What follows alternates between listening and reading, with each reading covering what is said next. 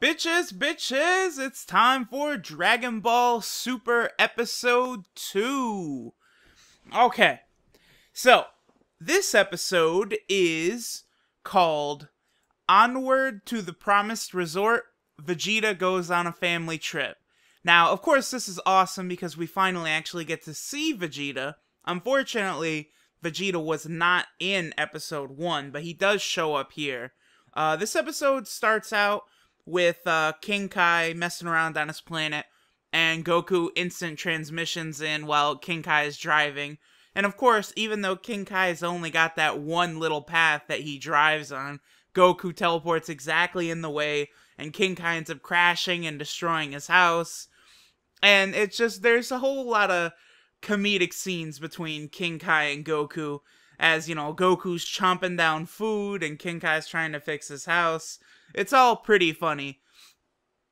The only thing is, so Goku tells King Kai, because King Kai goes, I'm not a 24-hour motel, why are you here?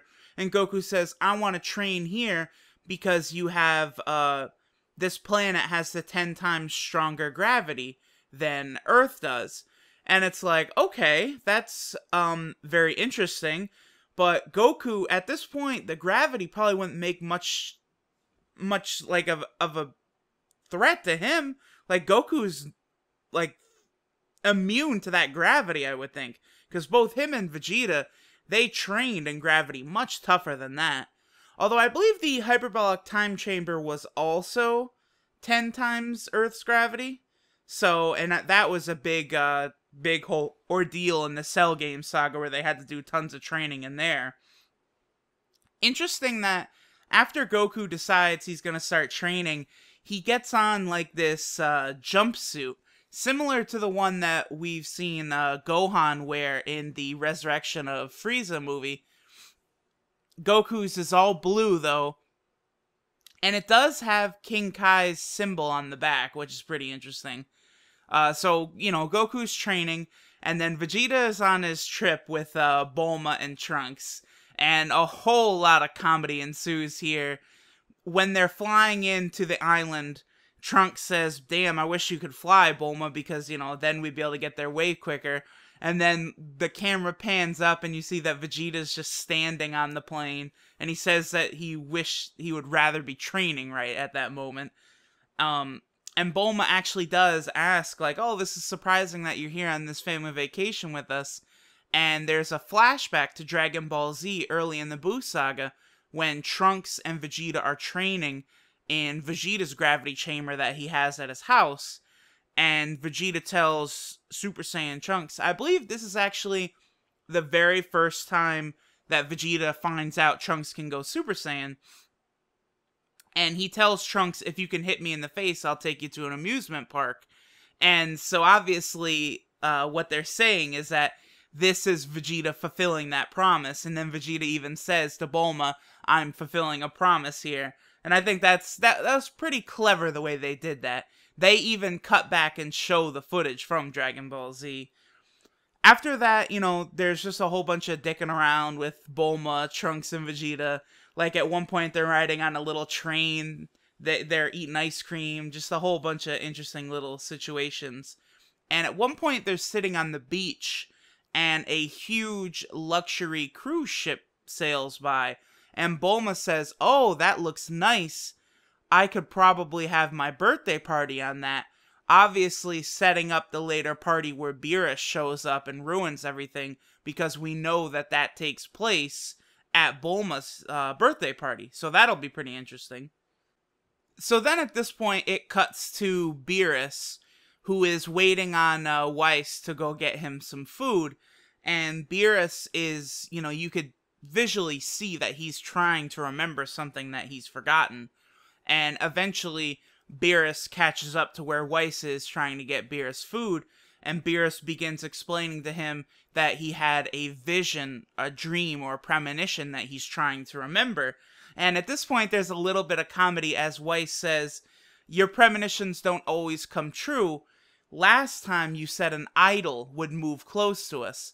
Now, in Japanese culture, a grabber idol or like a singer kind of TV personality, it's not really something we have in the United States, at least in the same fashion. I guess the closest thing would be someone like Kim Kardashian or Paris Hilton, sort of in that mold. That's what the idols are. But I know there's this weird thing in Japan where the idols, if they're found to have like a boyfriend or anything, then they're thought of as impure and they lose their popularity. Like, it's just very, very odd. And I know in the Battle of the Gods movie, a popular idol at the time was the voice of the Oracle Fish, which is a character that lives in Beerus's home planet. So that's a little bit of a joke saying, oh, Beerus, you said an idol would move close to us, when in fact there was one. So I thought that was pretty, that was pretty interesting. At this point, Beerus begins fighting with some of the locals. Looks like some sort of like dinosaur monsters or something. It's, you know, it's an interesting little battle. I think the animation is fantastic. We see Beerus is just literally a god as he handles this monster in seconds. We're then shown a quick shot of Vegeta training in the gravity chamber. And it's very odd because you see him turn the gravity machine onto 150 times Earth's gravity. And I was just like, wait, whoa, hold on a second. Vegeta was training in 300 times Earth's gravity back before the Android saga even began. So I know you motherfuckers are not going to sit here and tell me that, you know, this gravity of 150 is anything to Vegeta.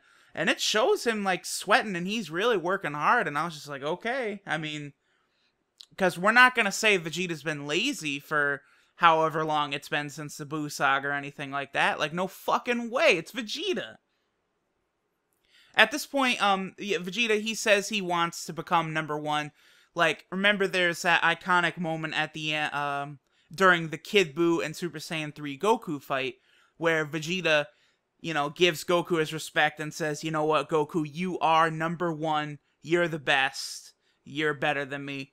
And Vegeta kind of recites it a little bit here. He says, I understand that, you know, Kakarot is #1, but I am going to be #1. I'm going to strive to take that spot and be #1 in the universe. So it's cool to see Vegeta, you know, still maintain his motivations. At this point, it switches back to Beerus. After having destroyed the planet that the dinosaur guy, or the insect man, whatever the fuck he is, some sort of like alien monster thing, whatever it was, after Beerus defeats him, he then blows the planet up. And as the planet is blowing up, Beerus starts to see a vision of this premonition of this great warrior, and the name comes to him. And the name of the warrior is the Super Saiyan God. And of course, Weiss is kind of just like, oh, Super Saiyan God, you don't say, that sounds very extravagant. And then they decide to head home and eat some food and try and remember it. And then at that point, the episode ends. So it was an interesting episode. And then in the next episode scenes, it looks like they're going to be on Bulma's cruise ship for her party. So we're moving along in the Battle of the Gods storyline. And it showed some other shots of Beerus, Goku training, and then, you know, King Kai on his planet. And, like, old Kai and Elder Kai. So clearly there's going to be some cutting around going on in this next episode. All in all, I'd say I've been enjoying, you know, the first 2 episodes quite a bit. Obviously, it's, you know, a slow burn. We're building up to when things are going to start going down. And we're still being introduced to a lot of the characters. And, you know, a lot of the characters haven't even been shown yet. Krillin, Android 18, you know, Tien, Chaozu. You know, we saw a quick flash of Master Roshi in the first episode. And there was also a quick flash of Fat Buu. But a lot of the characters have not really been around. You know, Gohan has only had, you know, 3 or 4 lines of dialogue so far. So it'll definitely be curious to see how things move forward. And I guess I'll see you guys for episode 3. Later, Gators.